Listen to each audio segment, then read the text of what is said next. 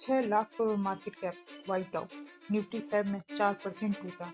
लगातार fifth month negative closing. 29 साल में बड़ी गिरावट।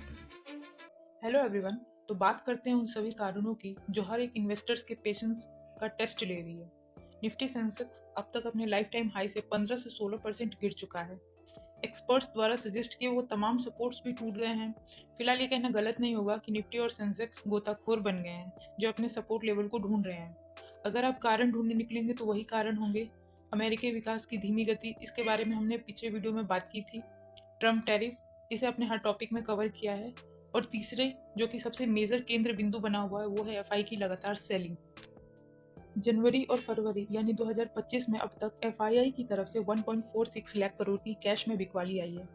वहीं सामने डीआईआई ने भी 1.51 लाख करोड़ की खरीदारी की है। डीआई की ये बाइंग भले ही ज़्यादा है लेकिन ये हमारा ही पैसा है जो हमारे बीच रोटेट हो रहा है। एफआईआई अपने साथ बाहर का पैसा लाते हैं जो वृद्धि में भूमिका निभाता है। हाँ, पर इस चीज़ को नकारा नहीं जा सकता है कि फिलहाल डीआई ने ही इस मार्केट को संभाल के रखा है। अगर आज आप इंडेक्स देखने जाएंगे तो एक भी इंडेक्स आपको 0.01% की भी हरियाली नहीं दिखाएगी। फाइनेंशियली और बैंकिंग सेक्टर को छोड़ दे तो सब में 1.5 से लेकर 4% तक गिरावट देखी गई है। निफ्टी अपने डे लोज पर क्लोजिंग देता है।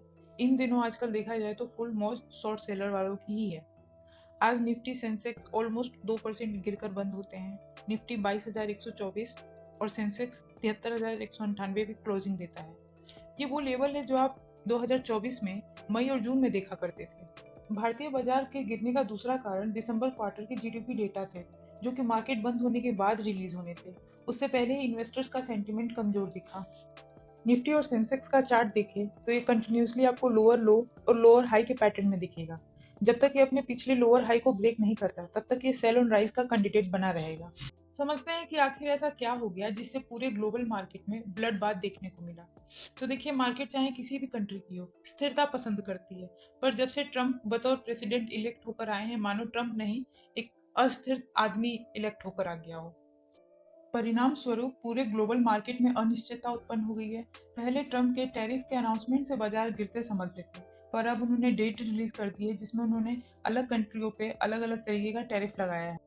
ट्रम्प के अनाउंसमेंट के अनुसार 4 मार्च से यूएस, मेक्सिको और कनाडा पर 25% का टैरिफ लगाएगा। वहीं चाइना पर, जिस पर पहले से 10% का टैरिफ था, उस पर एक्स्ट्रा 10% का टैरिफ लगाया है जो कि सेम डेट से ही शुरू होगा। दूसरा है रेसिप्रोकल टैरिफ, जो कि उसमें कोई चेंज नहीं किया है, वो 2 अप्रैल से ही लगने वाला है। अब एक नया सवाल ये खड़ा उठता है कि अब तो अनाउंसमेंट भी हो गई टैरिफ की, डेट भी आ गई, किस पे कितना टैरिफ लगना है वो सारी चीज़ें क्लियर हो गई हैं। तो क्या मार्केट को अब एक दिशा मिल गई, निश्चितता आ गई मार्केट में? तो जवाब है नहीं।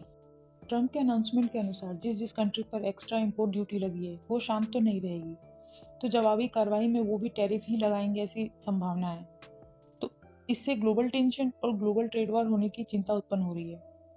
इस पर कनाडा की तरफ से रिप्लाई भी आता है कि वो जल्द ही एक स्ट्रॉन्ग रिस्पॉन्स देगी यूएस को। फिलहाल चाइना की तरफ से कोई रिप्लाई नहीं है, पर चाइना शांत तो नहीं रहेगा। इन सब रीजन को देख के लगता है कि ग्लोबल ट्रेड वॉर टेंशन और मार्केट में अनिश्चितता बढ़ने का खतरा और उत्पन्न हो गया है। आप इस बारे में क्या सोचते हैं हमें कमेंट बॉक्स में ज़रूर बताएं। वीडियो को लाइक, शेयर एंड सब्सक्राइब करें। मार्केट आउटलुक में आज इतना ही।